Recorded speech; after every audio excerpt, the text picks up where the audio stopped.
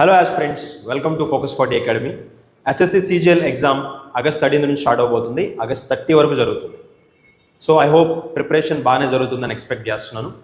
So ఈ వీడియోలో నేను ఎక్కువ మంది డిఫికల్టీ ఫేస్ చేసే మ్యాథ్స్ సెక్షన్ గురించి ఎక్స్ప్లెయిన్ చేయబోతున్నాను. ప్రీవియస్ ఇయర్ పేపర్ ఒకటి తీసుకుని అందులో మ్యాథ్స్ సెక్షన్ వరకు డిస్కస్ చేస్తాను. మన సొల్యూషన్స్ సింపుల్గా అండ్ క్లియర్గా ఉంటాయి. ఈ వీడియో ఎస్ఎస్సి సిజిఎల్ మాత్రమే కాదు, మీరు ఏ గవర్నమెంట్ ఎగ్జామ్ ప్రిపేర్ అవుతున్నా, SSC CHSL, MTS, RRB, NTPC లేదా డిఫెన్స్ సర్వీసెస్ ఎగ్జామ్స్ ఏ ఎగ్జామ్ ప్రిపేర్ అవుతున్నా కూడా ఈ మ్యాథ్స్ సెక్షన్ ప్రాబ్లమ్స్ మీకు చాలా యూజ్ అవుతాయి. సో ఇంకా లేట్ చేయకుండా మనం వెళ్ళిపోదాం వీడియోలోకి. Let us see the first question. Find the sum of all possible values of a such that 2a463b is divisible by 15 and b is greater than 0. So మనకి ఒక నంబర్ ఇచ్చారు. So the number is 2a463b. ఒక 6 digit number ఇచ్చారు. ఈ number 15తో divide అవ్వాలని అంటున్నాను. Okay, so ఈ number 15తో divide అవ్వాలంటే కండిషన్ ఏంటి? సో 15 అంటే 5 into 3 కదా. సో రెండు ప్రైమ్ నెంబర్సే. సో ఈ నెంబర్ 5లోనూ డివైడ్ అవ్వాలి, 3లోనూ డివైడ్ అవ్వాలి. సో 5తో డివైడ్ అవ్వాలంటే మళ్ళీ మన కండిషన్ ఏంటి? యూనిట్స్ ప్లేస్లో ఉన్న నెంబరు either 0 అయినా అవ్వాలి లేదంటే 5 అయినా అవ్వాలి. But see the condition here, b is greater than 0. So b is greater than 0 అంటే ఇది ఎలిమినేట్ అయిపోయినట్టే కదా. సో 0 అవ్వకూడదు b. So b has to be 5. So b ప్లేస్లో మనం 5 ఫిక్స్ చేద్దాం. ఓకే, ఇప్పుడు ఈ నెంబరు 3తో డివైడ్ అవ్వాలన్నమాట. ఓకే, ఏ ప్లేస్లో ఏం వాల్యూ పెడతాం ఎలా తెలుస్తుందంటే 3కి డివిజిబిలిటీ రూల్ ఏంటి? Sum of the digits should be divisible by 3. Some of the digits ఎంత? 5 + 3 8, 8 + 6 14, 14 + 4 18, 18 + 2 20. సో ఇవన్నీ యాడ్ చేయడం వల్ల మనకి 20 వచ్చింది. ఇంకా ఏ కూడా ఉంది. ఏ కలిపిన తర్వాత వచ్చే నెంబర్ మనకి 3తో డివైడ్ అయ్యే నెంబర్ అయి ఉండాలి. అంటే అప్పుడు ఏలో ఏమేమి రావచ్చు? ఏ ప్లేస్లో 1 పెట్టుకున్నాం అనుకోండి, 21 అవుతుంది. ఓకే, 21 అంటే 3తో డివైడ్ అవుతుంది. ఇక మళ్ళీ 2 పెట్టామనుకోండి, వర్కౌట్ అవుతుంది. 22 3తో డివైడ్ అవుతుంది. 3 పెట్టిన అవుతుంది. మళ్ళీ 4 పెడితే అవుతుంది. 24 ఈజ్ డివిజిబుల్ బై 3. మళ్ళీ 7 పెడితే అవుతుంది. మళ్ళీ 1 4 7. Okay, so a can take these 3 values 1, 4, 7. అయితే మనల్ని అడిగింది ఏంటి? Sum of all possible values of a. ఏలో ఎన్ని వాల్యూస్ అయితే పాసిబుల్ అవుతున్నాయో వాటి సమ్ అడుగుతుంది. సో ఈ మూడింటి సమ్ ఎంత? 1 + 4 + 7 is 12. That is our answer, right?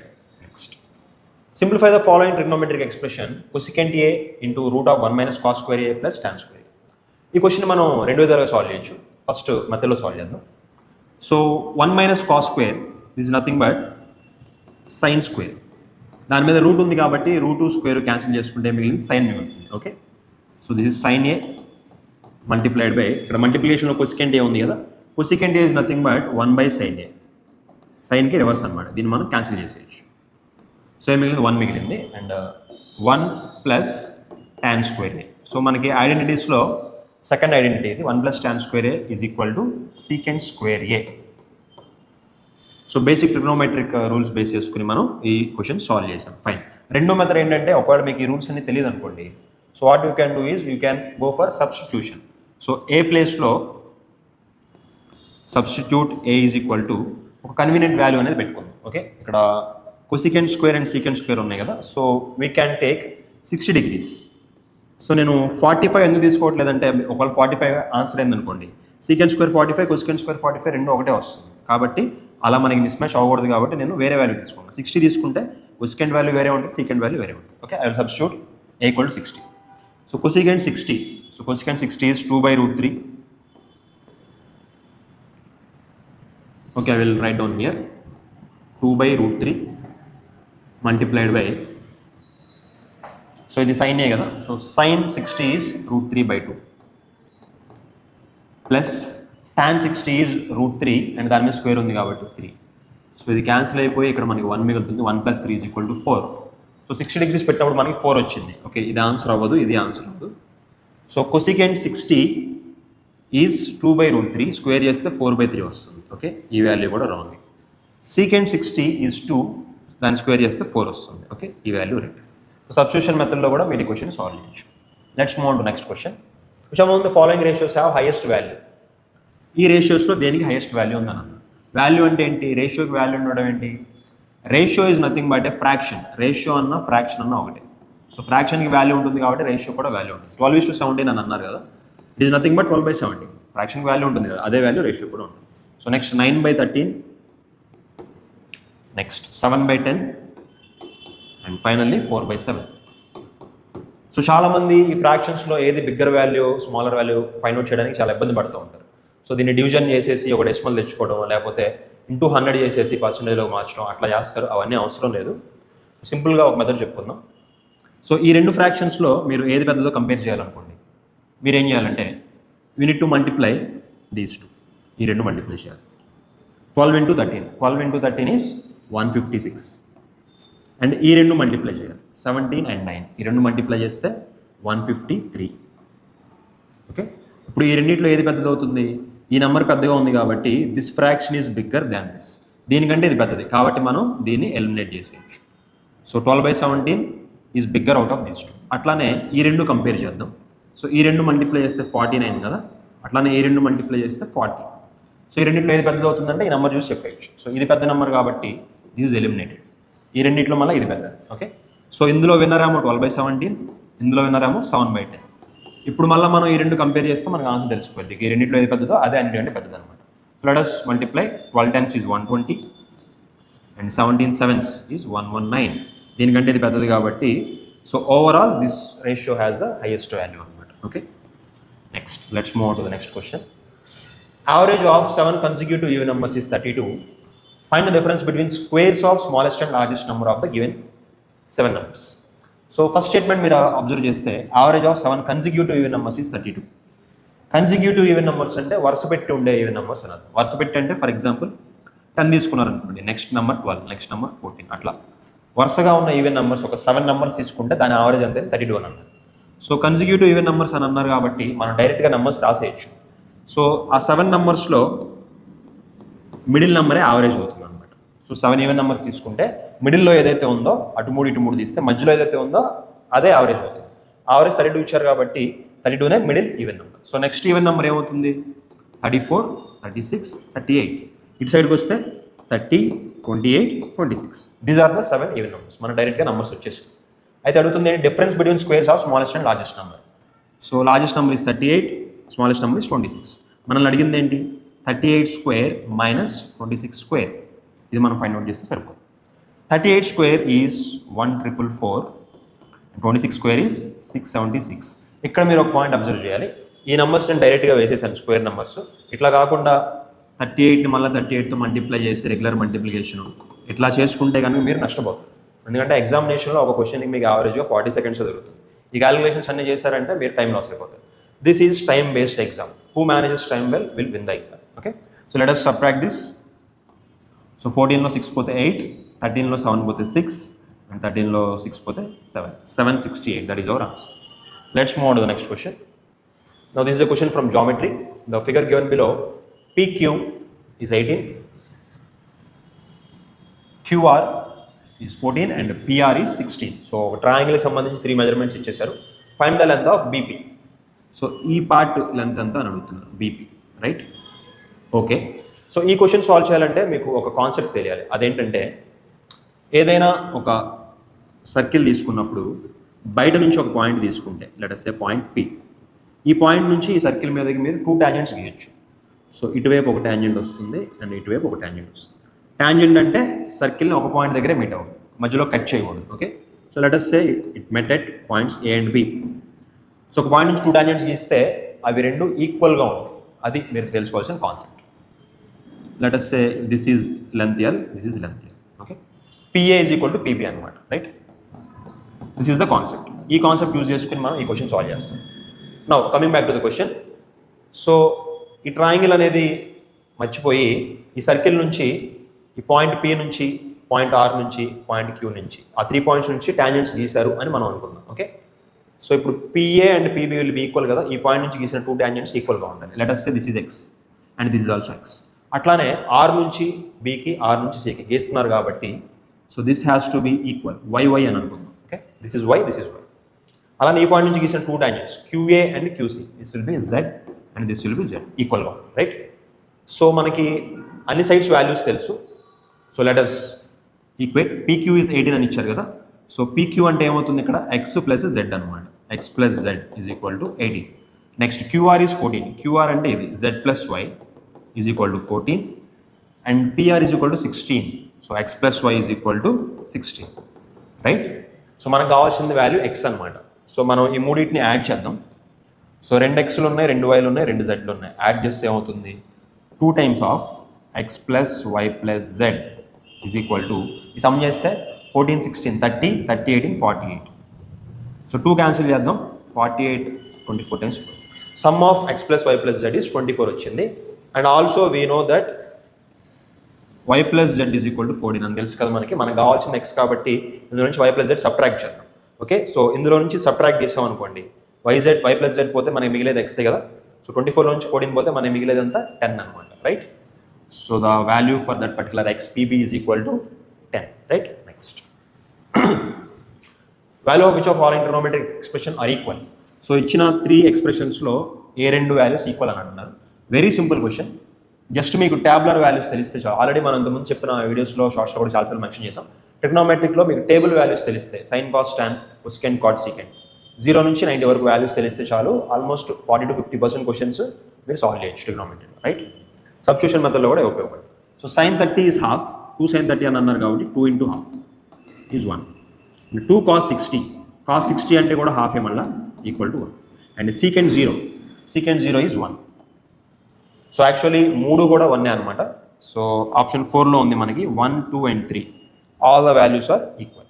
Next, find the value of cos minus 1110 degrees. ఇది కూడా మన ట్రిగ్నోమెట్రీలో కాన్సెప్టే. So we know that cos of minus theta is equal to cos theta. Negative యాంగిల్స్లో కాస్ అనేది మారదు, సైన్ టాన్ మారుతాయి. Cos మాత్రం నెగిటివ్ యాంగిల్ అయినా కూడా నార్మల్ వాల్యూ ఉంటుంది. So this will be equal to cos 1110 degrees, right. So మనకి ఒక కంప్లీట్ సర్కిల్ క్వాడ్రంట్లో కంప్లీట్ యాంగిల్ ఎంత అవుతుంది? 360 degrees కదా. సో ఒక 360 degrees అనేది మీరు ఏదైనా యాంగిల్కి యాడ్ చేసుకోవచ్చు లేదా సబ్ట్రాక్ట్ చేసుకోవచ్చు, వాల్యూ అయితే మారదు. సో ఇందులో నుంచి మనం ఎన్ని 360 సబ్ట్రాక్ట్ చేయొచ్చు? 360 multiplied by 3 is equal to 1080.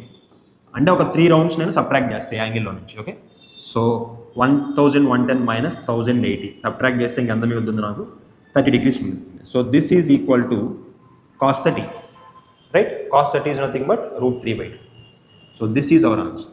Next, the measure of each interior angle of a regular polygon is thrice the measure of each exterior angle of that polygon and find the number of sides in that polygon. So ఇక్కడ ఏమంటున్నారంటే, okay, what ever may be the polygon. So let us say this is the polygon, this is the interior angle and ఈ సైడ్ని extend చేస్తే మనకి ఇక్కడ exterior angle వస్తుంది. Okay, let us say this is alpha, this is beta.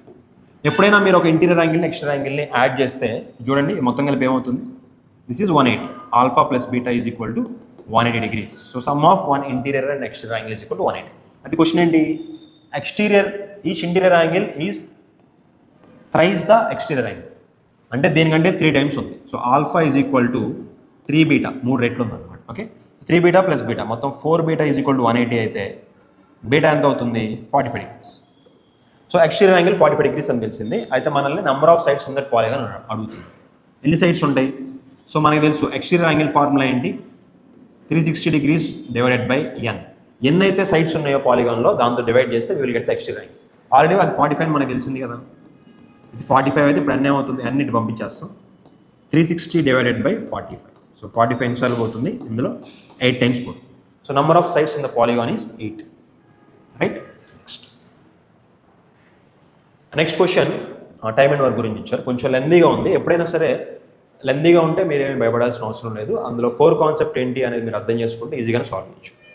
లేదు ఈ question చదవడానికి అర్థం చేసుకోవడానికి మాకు టైం పడుతుందని మీకు అనిపిస్తే టెంపరీగా దాన్ని వదిలేసి నెక్స్ట్ క్వశ్చన్కి వెళ్ళిపోవచ్చు. తర్వాత కొంచెం టైం తీసుకున్న తర్వాత మిగతావన్నీ ఆన్సర్ చేసిన తర్వాత అప్పుడు మీరు మళ్ళీ వెనక్కి వచ్చి దీని సంగతి చూడొచ్చు. ఓకే, లేదంటే మీకు టైం వేస్ట్ అయ్యే అవకాశం ఎక్కువ ఉంటుంది, రైట్. సో ఇది గుర్తుపెట్టుకోండి ఎగ్జామ్ రాసేటప్పుడు. Now let us see the question. P can complete 2/3 of work in 16 days. Q can complete 60% of work in 18 days. R can complete 37.5% of work in 15 days. P and Q start the work together, but Q left after 4 days and P was joined by R.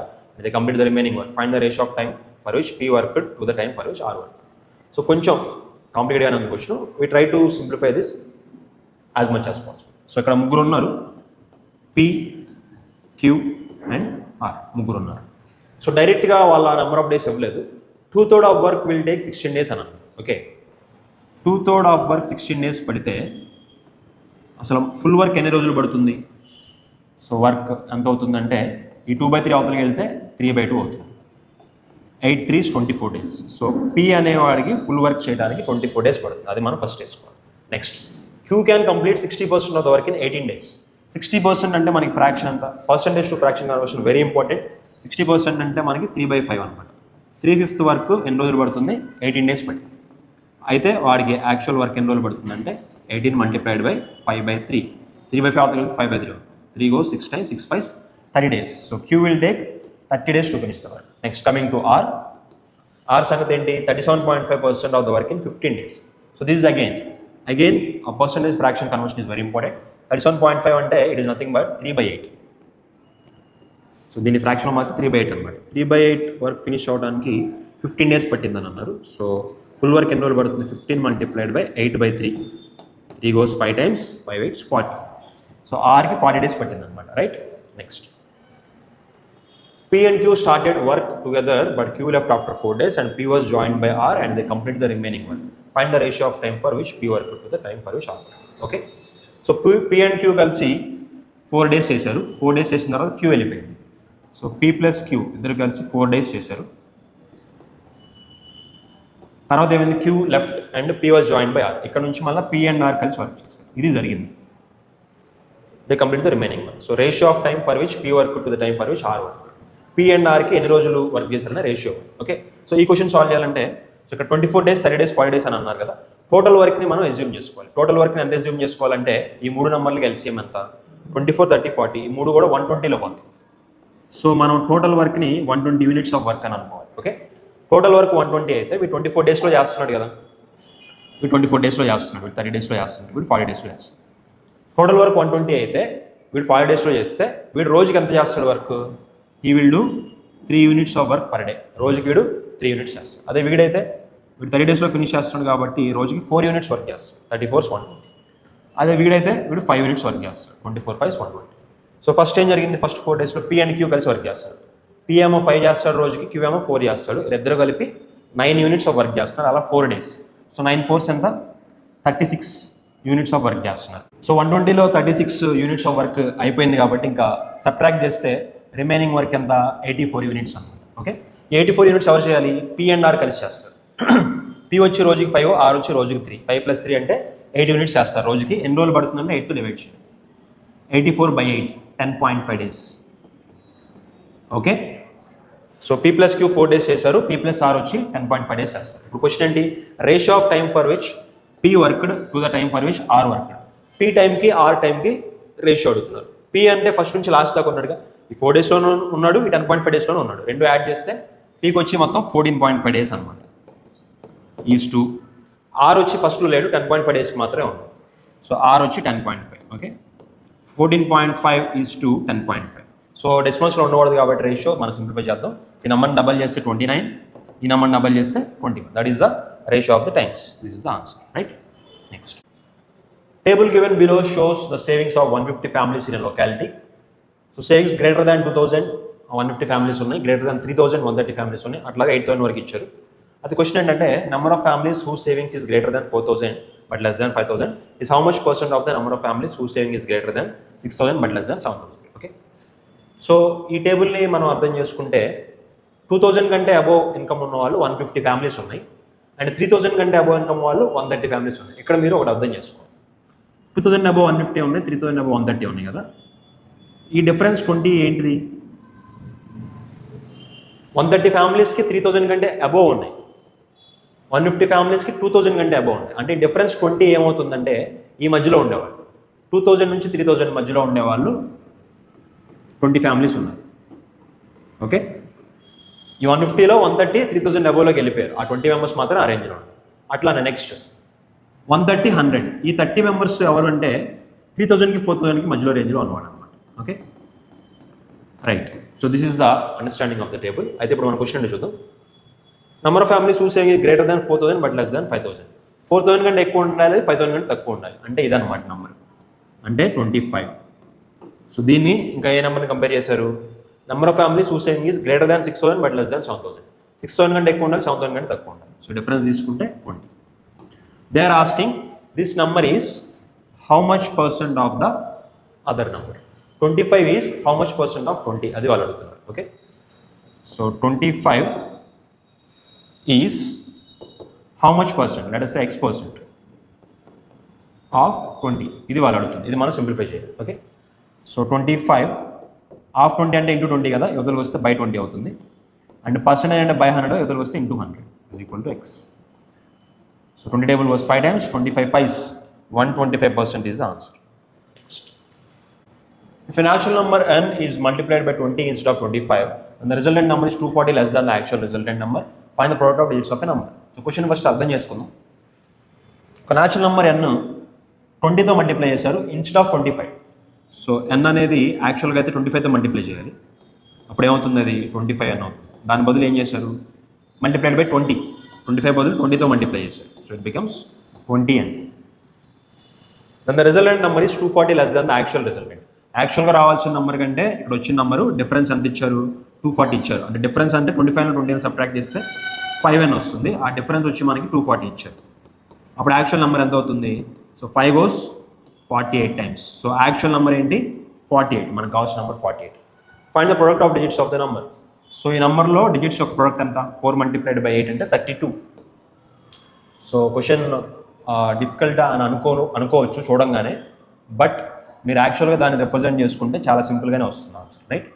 Next, line graph given below shows the production of wheat in quintals by different farmers. So Ajay Vijay 5 పేర్లు ఇచ్చారు. 5 ఫార్మర్స్కి ఎన్ని quintals పండించారో ఇచ్చారన్నమాట graph. Ratio of wheat produced by Ajay and Sonu together to the wheat produced by Vijay and Pihu together. Ajay Sonu add చేస్తే ఎంత, అజయ్ వచ్చి 120, సోను వచ్చి 150, రెండు యాడ్ చేస్తే 270 is to Vijay and Pihu. Vijay వచ్చి 180, పిహు వచ్చి 75, రెండు యాడ్ చేస్తే 255. అయితే ఈ రేషియో అంతా అడుగుతున్నారు మనల్ని. 5 table క్యాన్సిల్ అవుతుంది. 5 table goes 51 times and here 54 times. మళ్ళీ 3 table క్యాన్సిల్ అవుతుంది. 18 times, 17 times. Okay, the final simplified ratio is 18:17. Let's move on to the next question. Prince takes 20 steps forward in 12 seconds and in next 6 seconds he take 10 steps backward. What is the time taken by him to cover 190 meters? Each step is of 1 meter. So ఒక అతను 12 secondsలో 20 meters ముందుకు వెళ్తాడు. Next 6 secondsలో ఏం చేస్తాడు, అతను 10 meters వెనక్కి వచ్చేస్తాడు. Okay, ఓవరాల్గా 18 secondsకి ఏం జరుగుతుంది, ఈ 18 secondsకి కలిపి ఓవరాల్గా అతను 10 meters ముందుకు వెళ్తాడు. Okay, plus 20 minus 10. ఇట్లా అతను 190 meters వెళ్ళాలంటే ఓవరాల్గా అతను 190 meters వెళ్ళాలి. ఎంతసేపు పడుతుందంటే 10 meters 18 seconds కాబట్టి 18 into 19 మల్టిప్లై చేస్తే మనకు ఆన్సర్ వస్తుందని అనుకుంటే తప్పది, అట్లా అవ్వదు. ఎందుకంటే ఇందులో ఒక చిన్న లాజిక్ ఉంది. సో 12 secondsకి 20 meters కదా. ఫర్ ఎగ్జాంపుల్ 170 meters వెళ్ళాడు అనుకుందాం. 170 meters వెళ్ళిపోయిన తర్వాత నెక్స్ట్ 12 secondsలో ఏం జరుగుతుంది, 170 తర్వాత ఇంకో 20 meters వెళ్ళాడు అనుకోండి, 190 టార్గెట్ అయిపోయింది. అక్కడ మళ్ళా వెనక్కి 10 meters రావడానికి ఉండదు అనమాట. Okay, so what happens here means 10 metersకి 18 seconds కదా, 18 seconds ఇంటూ 170 meters అంటే మనం 17తో మల్టిప్లై చేస్తాం. ఓకే, సో 170 meters వెళ్ళడానికి ఎంతసేపు పడుతుంది, 18 into 17, 289 plus 17, 306 seconds. సో 306 secondsకి అతను 170 meters వెళ్తాడు. నెక్స్ట్ 12 secondsలో అతను ఇంకో 20 meters యాడ్ చేసి 190కి వెళ్ళిపోతాడు. ఇక 190కి వెళ్ళిపోయినాక మళ్ళీ 10 meters వెనక్కి రావడం అనేది జరగదు అనమాట. ఓకే, ఎందుకంటే టార్గెట్ అనేది అక్కడితో ఫినిష్ అయిపోయింది. ఇక్కడ మనం ఇంకొక 12 seconds యాడ్ చేస్తే చాలు. Plus 12, 306 plus 12 is 318 seconds. So this is the logic. Let's move on to the next question. Length, breadth, height of a cuboidal room is 20, 16 and 12 meters respectively. Chris decides to whitewash the 4 walls and ceiling of the room. Cost of whitewash is 12.5 per square meter and find the total cost of whitewash. So wash దేనికి చేస్తున్నాడు, 4 walls and ceiling చేస్తున్నాడు. 4 walls and ceiling. 4 walls area వచ్చి lateral surface area అంటారు, 2h into l plus b. 4 walls area ఇది. అలానే ceiling అంటే same area as the floor అంటే length into breadth.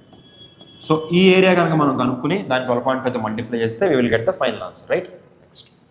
So height is 12, 2 into 12 and l plus b is 20 plus 16 plus 20 into 16. So 24 into 36 plus this is 320. So 24 into 36, so you can take this as 30 minus 6 and this as 30 plus 6. A minus b, a plus b, a square minus b square చేయొచ్చు కదా. 30 square minus 6 square and 900 minus 36. So 900 minus 36 is 864. దీన్ని 320 add చేయాలి. So adding we get 8 plus 3 1100, 84. So total area is 1184. అయితే అంత ఏరియాని paint చేయడానికి cost ఎంత అవుతుంది 12.5 per square meter. 12.5 we can write it as 100/8. 12.5% అంటే 1/8 కదా. So 12.5 number itself is 100/8. So 8ని క్యాన్సిల్ చేద్దాం. 1 time in 11, 38లో మళ్ళీ 4 times పోతుంది 32, 64లో 8 times పోతుంది. 14800 is the total cost. Next 5x minus 9/x minus 6y minus 9/y minus 2z minus 9/z equal to 0. Find the value of 1/x minus 1/y minus 1/z. So ఇందులో నుంచి మనం 1/x minus 1/y minus 1/zని separate చేయాలన్నమాట. So ఈ fraction మనం విడదీసి రాస్తే ఏమవుతుంది 5x/x అంటే 5 అవుతుంది మైనస్ 9/x. సో ఈ ఫ్రాక్షన్ మనం 2 parts కింద రాయొచ్చు 5 minus 9/x. అలానే this is 6 minus 9/y minus sign ఉంది కాబట్టి minus 6 plus 9/y. Next minus 2 plus 9/z is equal to 0. So number separate చేస్తే 5 minus 6 minus 2. So that is minus 3 is equal to, and ఈ fractions మనం out సైడ్కి తీసుకెళ్దాం. So it becomes 9/x minus 9/y minus 9/z. ఇందులో 9 common తీసాం అనుకోండి ఏమొస్తుంది 1/x minus 1/y minus 1/z. This is what we want. మనకు కావాల్సింది అదే. సో 9 ఇటు పక్కకు వచ్చేస్తే minus 3/9 gets cancelled, minus 1/3 is the final answer. Next. If Pulkit divides 22,100 rupees among his son, daughter and wife in the ratio 3:5:9 respectively, then which of the following statement is false? So ఇచ్చిన data బట్టి ఈ రెండు స్టేట్మెంట్స్లో ఏది falls అని అడుగుతున్నారు. Difference between money received by his son and his wife is 6,500. His daughter received 6,500. రెండు కూడా 6,500 అని ఇచ్చారు. సో డిఫరెన్స్ కంటే డైరెక్ట్గా డాటర్ అమౌంట్ కనుక్కుందాం మనం. ఇది ట్రూనో కాదో మనం తేల్చుకుందాం. So son gets 3 parts, daughter gets 5 parts, and mother gets 9 parts. Right? I mean wife. So difference between son and wife, difference between son and his wife, 3 and 9, difference is 6 parts. Or daughter is 5 parts. This is 5 parts. Okay. So ఈ రెండింటిలో ఏదో ఒకటి ఖచ్చితంగా అబద్ధం అవ్వాలి. ఎందుకంటే 5 parts 6 parts రెండు ఒకే number అవ్వదు కదా. So let us find out the value of 5 parts. So ఓవరాల్గా రేషియో తీసుకుంటే 3 + 5 + 9 మొత్తంగా 17 parts ఉన్నాయి. Out of 17 we need to find out what is the value of 5 parts. And total value is 22100. 17 goes 1 time, 51లో మళ్ళీ 3 times 00. This is 6,500. Yes, 5 parts is exactly coming out to be 6,500. This statement is correct. So this statement is wrong. So only one is false. Next. The triangle ABC measure of angle is 120 degrees and exterior angle. Bisectors of B and C of triangle ABC meet at point P outside the triangle. Find the measure of angle BPC. So very simple question guys. So first అయితే నేను ఆ diagrammatic representation ఇస్తాను. So A, B, C. So దీన్ని extend చేస్తే exterior bisectors అని అంటారు. Okay. ఇక్కడ angle ఎంత అవుతుంది అని అంటారు. ఓకే. ఎక్స్టర్నల్ యాంగిల్ బైసెక్టర్స్ దగ్గర యాంగిల్ ఎంత ఉంటుంది అంటే we have a very standard formula for that. So angle here will be equal to 90 minus angle A/2. This is a standard formula. Okay, 90 minus A/2. So here we can just substitute here. A 120 ఇచ్చారు కదా, 120/2 is 60, 90 minus 60 is 30 degrees. Right? Let's move on to the next question. A boat covers 90 km along the stream in 150 minutes and 48 km against the stream in 120 minutes. Find the time taken in minutes by boat to cover 105 km in still water. So ఇచ్చిన data ఏంటి 90 km along the stream అంటే down stream అనమాట. 90 km is traveled downstream in 150 minutes and 48 km against the stream. Against అంటే upstream. So upstream వచ్చి 48 km 120 minutes లో తీసుకెళ్ళారు. Find the time taken by the boat to cover 105 km still water. Okay, అసలు speed ఏంటో మనం తెలుసుకోవాలి ఇక్కడ. So ఇక్కడ 150 minutes టైం ఉంది, ఇక్కడ 120 minutes టైం ఉంది. Let us try to equate that. రెండు కూడా 120 minutes మనం పెట్టుకుంటే మనం కొంచెం ఈజీగా కంపేర్ చేయొచ్చు. సో 150 minutes బదులు నేను 120 minutesకి కనుక్కుంటా. డౌన్ స్ట్రీమ్లో ఎంత వెళ్తుందో చూద్దాం. ఓకే. సో 150 became 120 అంటే మనం దేంతో మల్టిప్లై చేసాం దీన్ని, వీఆర్ మల్టిప్లైయింగ్ దిస్ బై 4/5 అప్పుడు 120 అవుతుంది. సో ఇది కూడా 4/5తో మల్టిప్లై చేస్తే add in force it will become 72 km. Okay. నా 120 minutesలో డౌన్ స్ట్రీమ్లో అయితే 72 వెళ్తుంది, అదే 120 minutesలో అప్ స్ట్రీమ్ అయితే 48 వెళ్తుంది. ఓకే. సో ఇది కంపేర్ చేయడం వల్ల మనకి స్టిల్ వాటర్లో అసలు బోట్ స్పీడ్ ఎంత మనకు తెలుస్తుంది. ఓకే, సో 2 hours ఈ రెండింటికి యావరేజ్ ఎంత అవుతుందో చూద్దాం. So average will be equal to 60 kilometer. Downstream కాబట్టి ఒక 12 kilometers ఎక్స్ట్రా వెళ్ళింది, అప్ స్ట్రీమ్ కాబట్టి ఒక 12 kilometers తక్కువ వెళ్ళింది. ఓకే, 2 hours అంటే 120 minutesలో 60 kilometers వెళ్తుంది స్టిల్ వాటర్. సో 120 minutesలో 60 వెళ్తుంది కదా, దిస్ ఇస్ ద స్పీడ్. అయితే మనకు కావాల్సింది ఏంటి, 105 kilometers అంత డిస్టెన్స్లో వెళ్తుంది, ఎంత టైంలో వెళ్తుందని కావాలి. 105 kilometers in how much? Okay, so you can just cancel here.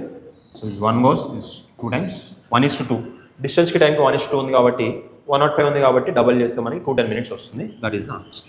Next table given below shows total number of students in different schools in 2020 and 2023. Separate టేబుల్లో డేటా ఇచ్చారు. Percentage increase in number of students from 2022 to 2023 is maximum in which of the following school? So ఏ స్కూల్లో increment అనేది maximum, percentage increment, not normal increase. They are asking about percentage increase. Percentage increase అంటే for example you can see here, ఇక్కడ 2000 ఉంది, ఇక్కడ 2600 అయింది. ఇదేమైంది, ఇక్కడ +600 అయింది. అంటే ఎంత పర్సెంట్, 600 అనేది ఇందులో ఎంత పర్సెంట్, 200 మీన్స్ 10%. 2000 200 10% కదా, 600 అంటే that is 30%. It's coming out to be 30%, right. Similarly 1800 అనేది 2500 అయింది. ఎంత పెరిగింది, ఇక్కడ +700 పెరిగింది, అంతే కదా. 700 అనేది ఎంత percent 1800లో, so 700 divided by 1800 multiplied by 100. 2 zeros gets cancelled. 18 ఎన్నిసార్లు పోతుంది 70లో, 3 times 54. 6 ఉంది రిమైండర్, 60లో 18 ఎన్నిసార్లు పోతుంది, 60లో మళ్ళీ 3 times పోతుంది. Okay, so this is almost 33% పెరిగింది. ఓకే, సో ఎక్కడ ఎంత పెరుగుతుందో చూద్దాం. 1200కి 300 యాడ్ అవుతుంది, +300. This directly we can say this 1/4 కదా పెరిగింది. 1/4 అంటే is nothing but 25%. Similarly 1500 is becoming 1900, అంటే ఇక్కడ 400 పెరిగింది. 400 అంటే ఎంత పర్సెంట్ అవుతుంది, సో 150 is 10%, 300 is 20%, 450 is 30%. 450 కంటే చిన్నదే కాబట్టి it will be something around 20sలో ఉంటుంది, లెట్ us say 27%. ఓకే, ఎందుకంటే ఇది రఫ్గా క్యాలిక్యులేట్ చేసి వదిలేయచ్చు, ఎందుకంటే మనకు ఆల్రెడీ 33 అయితే క్రాస్ చేయలేదు కదా. So in school are we have the maximum percentage increase అనమాట, right. If x plus 1.5 whole cube plus x plus 3.5 whole cube plus x plus 4 whole cube equal to 3x plus 4.5 into x plus 3.5 into x plus 4, then find the value of x. So చూడంగానే మీకు ఒక pattern అనేది గుర్తు రావాలన్నమాట. ఆ pattern ఏంటంటే a cube plus b cube plus c cube is equal to 3abc. So if you can see here, you can consider this as a cube, b cube, c cube is equal to 3abc. 3 అంటే ఇక్కడ మీరు ఇక్కడ 3 common తీసుకోవచ్చు. Common తీస్తే x plus 1.5, x plus 3.5 and lastly x plus 4, right. So a cube, b cube, c cube is equal to 3abc. ఇలా అవ్వాలి అంటే మీకు కండిషన్ ఉంది. If a plus b plus c is equal to 0, a plus b plus c equal to 0 అయితేనే ఇది true అవుతుంది, ఇది true అయితే a plus b plus c equal to 0 అవుతుంది. So a cube plus b cube plus c cube 3abc అయింది కాబట్టి we can take a plus b plus c equal to 0. Add చేద్దాం, x plus 1.5 plus x plus 3.5 plus x plus 4 is equal to 0. ఇప్పుడు ఇందులో నుంచి మనకి x value వస్తుంది, 3 x'లు ఉన్నాయి. 3x plus 1.5 plus 3.5 is 5, 5 plus 4 is 9. 3x plus 9 is equal to 0. This implies x is equal to -3. Okay guys, all the best for your examination. I hope you learned something from this.